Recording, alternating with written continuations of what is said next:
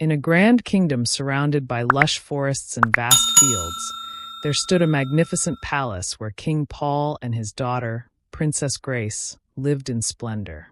The palace was filled with shining gold, sparkling chandeliers, and the finest silk.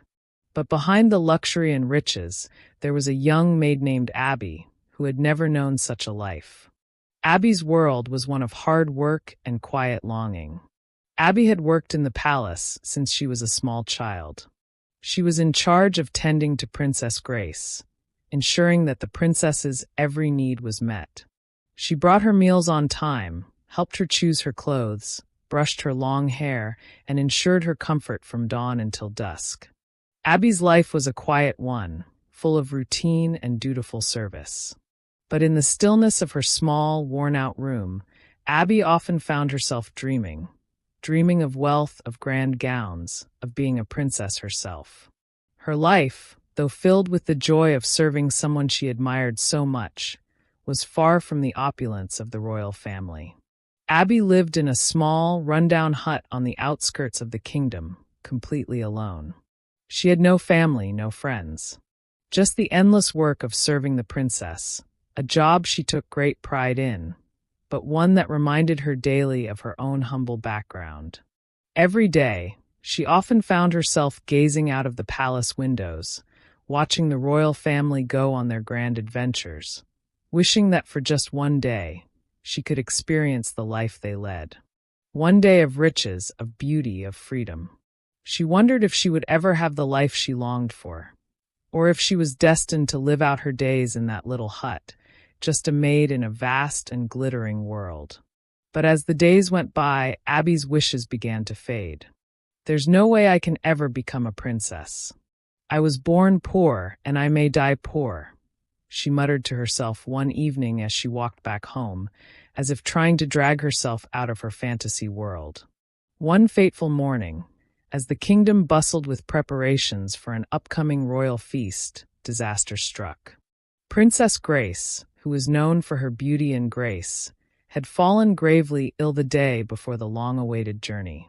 Her condition was serious, and despite the best efforts of the kingdom's finest herbalists, the princess could not move a single limb without feeling a sharp, debilitating pain. The royal palace was thrown into chaos. King Paul, the ruler of the kingdom, paced restlessly through the halls, his face filled with worry. The feast was an important tradition, a celebration that could not go without the princess's presence. As the hours ticked by and no remedy seemed to help, King Paul grew frantic. His kingdom's reputation depended on Princess Grace's attendance. "Somebody help me," the king cried in desperation. Abby, who had been standing near the window, watching the flurry of activity below, turned at the sound of the king's voice. Her heart sank as she saw the worry in his eyes. And then, without warning, the king turned and pointed at her. "Abby," King Paul said with a firm voice, "you are to dress as my daughter and accompany me to the feast." The room fell silent. Every servant in the room gasped in shock.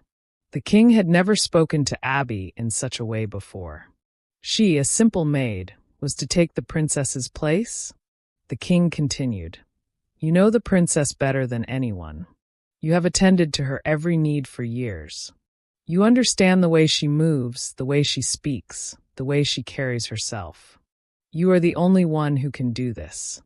Abby felt a wave of shock wash over her. She was stunned, unable to fully comprehend what was happening. This was the opportunity she had always wished for, though never in her wildest dreams had she imagined it would come this way. To be a princess, even for a day? It seemed impossible.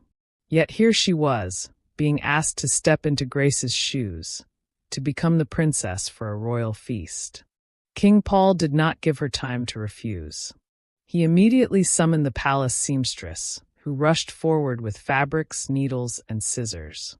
In a flurry of movement, they worked to transform Abby into a vision of royalty. Her simple maid's dress was replaced with a beautiful gown made of silks and jewels, shimmering in the light. The seamstress styled her hair into an elegant updo, crowned with a delicate tiara. When Abby looked at herself in the mirror, she barely recognized the girl staring back at her. She was no longer a maid, she was a princess.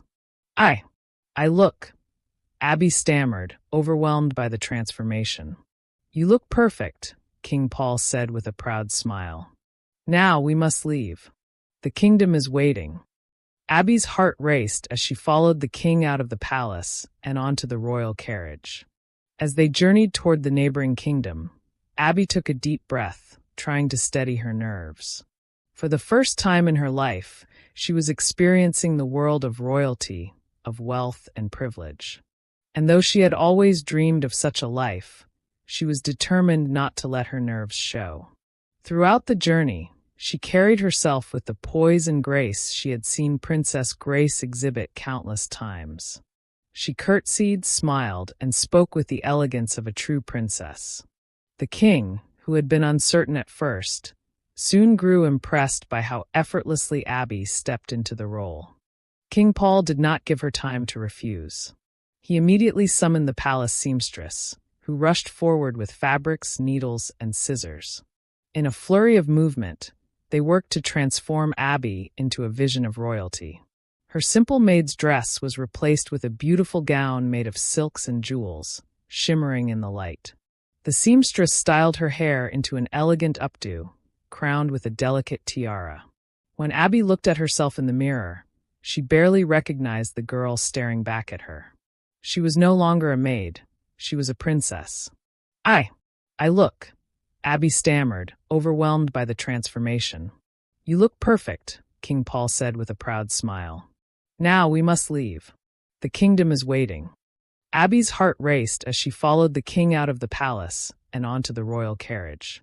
As they journeyed toward the neighboring kingdom, Abby took a deep breath, trying to steady her nerves. For the first time in her life, she was experiencing the world of royalty, of wealth and privilege. And though she had always dreamed of such a life, she was determined not to let her nerves show. Throughout the journey, she carried herself with the poise and grace she had seen Princess Grace exhibit countless times. She curtsied, smiled, and spoke with the elegance of a true princess. The king, who had been uncertain at first, soon grew impressed by how effortlessly Abby stepped into the role. When they arrived at the feast, no one noticed that it was not the real Princess Grace standing beside King Paul. Abby had learned over the years how to imitate Grace's mannerisms so well that even the most trained eyes could not tell the difference. She fit in perfectly, gliding through the evening with the elegance of someone born into royalty. The nobles and dignitaries were none the wiser. They marveled at her beauty, her grace, and her charm.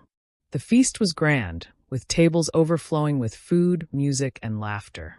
Abby enjoyed every moment, feeling like a princess for the first time in her life.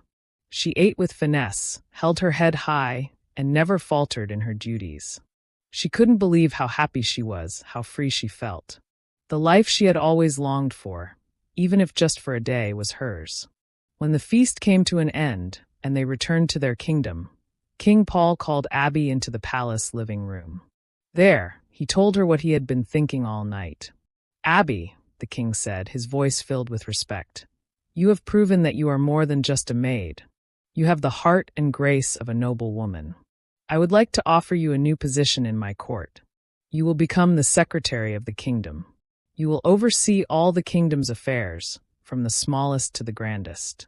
You will be the princess's royal advisor. Abby stood there, stunned. She had never imagined that this simple act of stepping into Princess Grace's role would change her life so completely. Not only had she experienced the life of royalty, but now she was being given a position of immense power and respect. With her promotion came a generous increase in her wages and a new mansion close to the palace. Abby's life began to change in ways she could hardly believe.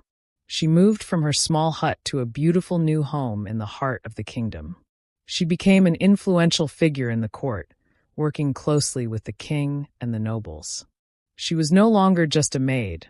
She was a woman of power, a woman who had once wished for a life of wealth and royalty and had now been gifted it in the most unexpected way ever.